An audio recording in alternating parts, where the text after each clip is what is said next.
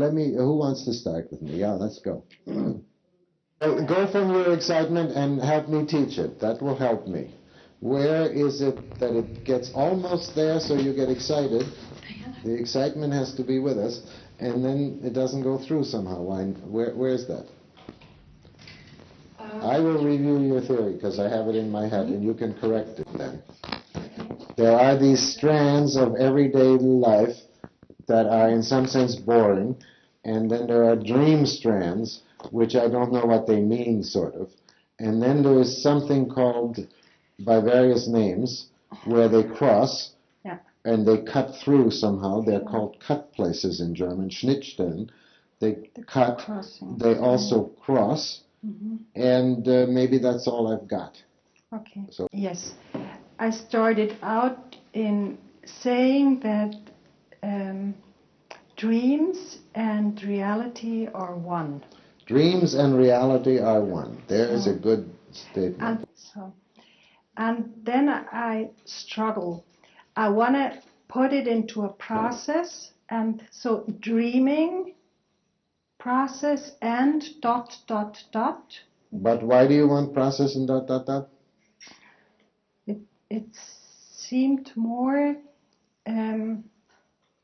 correct to the strains, to that dreaming and reality strains, because it's more in the process. Okay, so we want to be sure that words like process and ... mean what your hands are doing. Yeah. So give another word that is yours, so we don't lose it.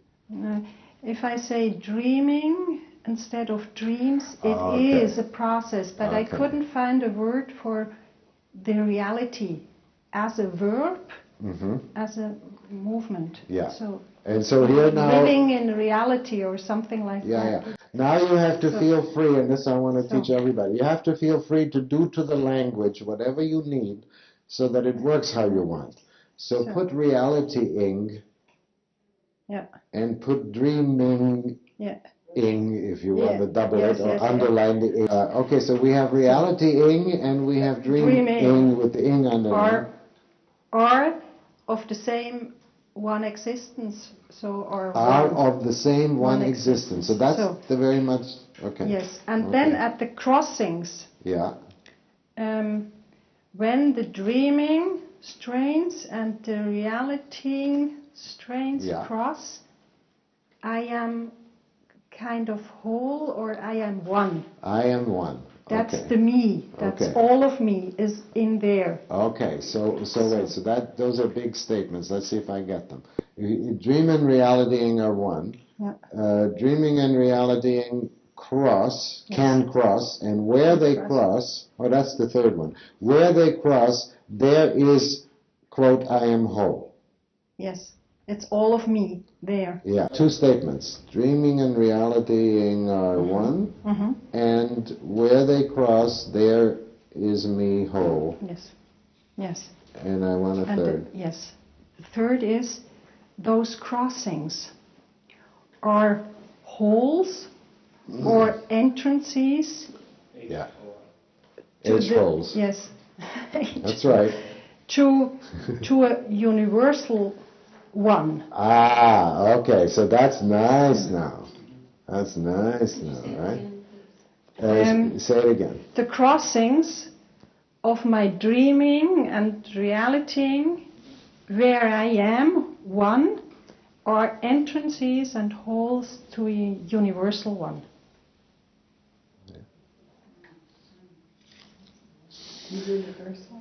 Universal one. Universal or so there are two ones in this theory. It's just even more than the whole of me. Yeah. And again, make strings out of those variants that you have.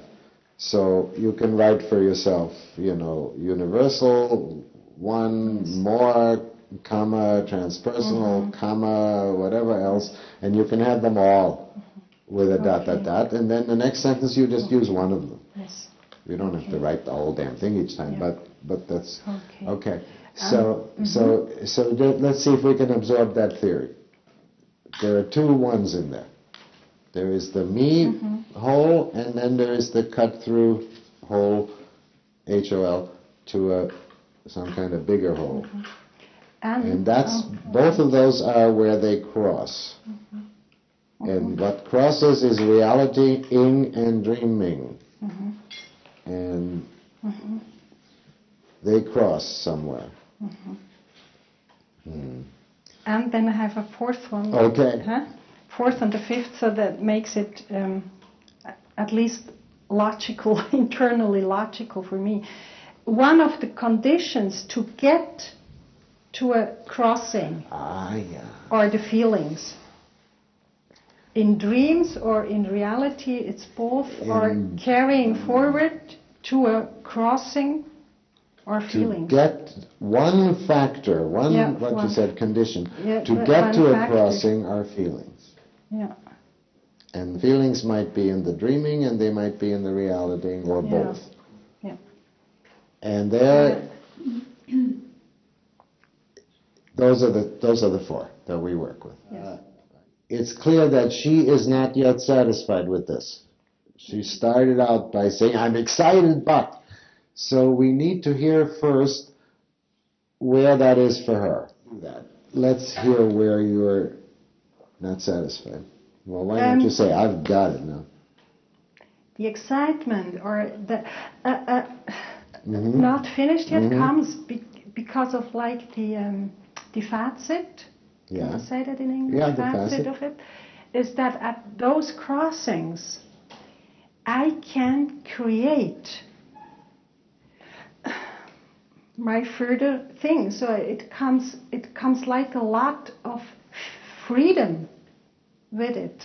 And that's the excitement. If I realize what a chance I have at that crossings to get forward in my life, it's incredible, a lot of freedom, a feeling of freedom, and the creative potential is in there that is like linked to the universe, and that's where the whole excitement is. Yes. To have that chance. So let me just say back. At the crossing where the cut is through to the bigger hole, where also you are whole, at that point, and the feelings lead there, at that point there is a freedom and an openness to creativity or something that takes your breath away or something. Yeah, I can take the whole universe into my life, where I can go through the entrance or the hole to the universe, and it's just so much more than if I just have one string. It's so much more than if you just have one string and no crossing, no opening, no cutting. Yes. Oh, so let me tell you how I apply that theory now I'm the one that's applying it. So there's no need for you to like what I'm doing, okay? Okay. If you don't like what I'm doing, then go see why you don't like it. That should help you develop your theory. That's a universal principle. Have you all got it? Yeah. Like when you read something that's supposed to be better than you, fine, but check it every time. And if it does violence to you, that's interesting. I am, of course, working from my edge, where I'm not satisfied with something. And so that theory is, right away, is giving me something about how the person as a whole and the bigger whole as a whole could be in the same place. And not only that, but it could be in the regular texture right here where we all are, but at those points where the existing meanings and that part of, whether, the way I'm taking it, whether it's dreaming or it's crazy or it's relaxed or it's whatever the hell it is, are both there. And then she gives me a not quite structured relation of feelings. They're in here somewhere. They're part of their everyday feelings and their dream feelings, and somehow they've got to be here. So what it's doing for me is that human nature is inherently, and this point about inherently is a move that I'm recommending when you apply something, I'm saying, oh, I know the formula. Human nature is inherently like she says. That's the formula. Now let's go see what that does. What it's doing for me is it's explaining why I have this trouble that I have. That the first person, the person that says I, is the most important thing that I know to me. And if it doesn't work for that, then the hell with it, I'm not even interested in anything. And yet, it's difficult for me to start theory with that already there. It always seems like that has to be added later. And here she has these everyday roads that we travel, and it isn't there. I mean, we are there because we travel them. But if you add, if you add the person to the traveling on these everyday roads, it's sort of boring. It's not very interesting to say, well, you know, who travels? There's always somebody. It explains to me why that's boring. You know, that's not how I want it. And it isn't until there is this go-through point.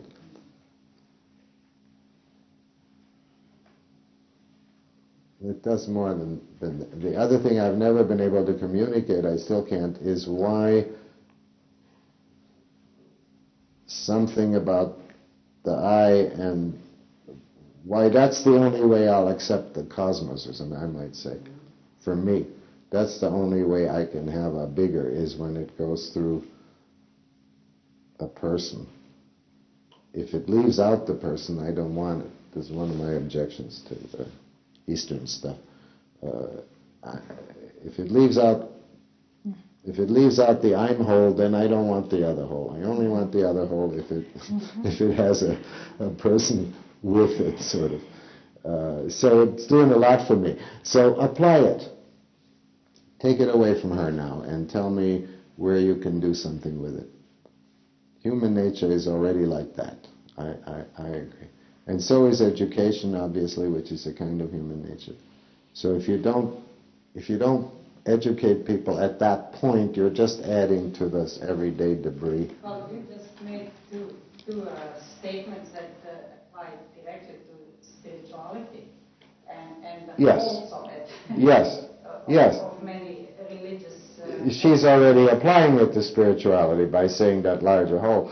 But if you use that, can you say more about spirituality than you could before? That the person has to be included and is an integral part of spiritual experience, that it's not something that is imposed from outside into something larger.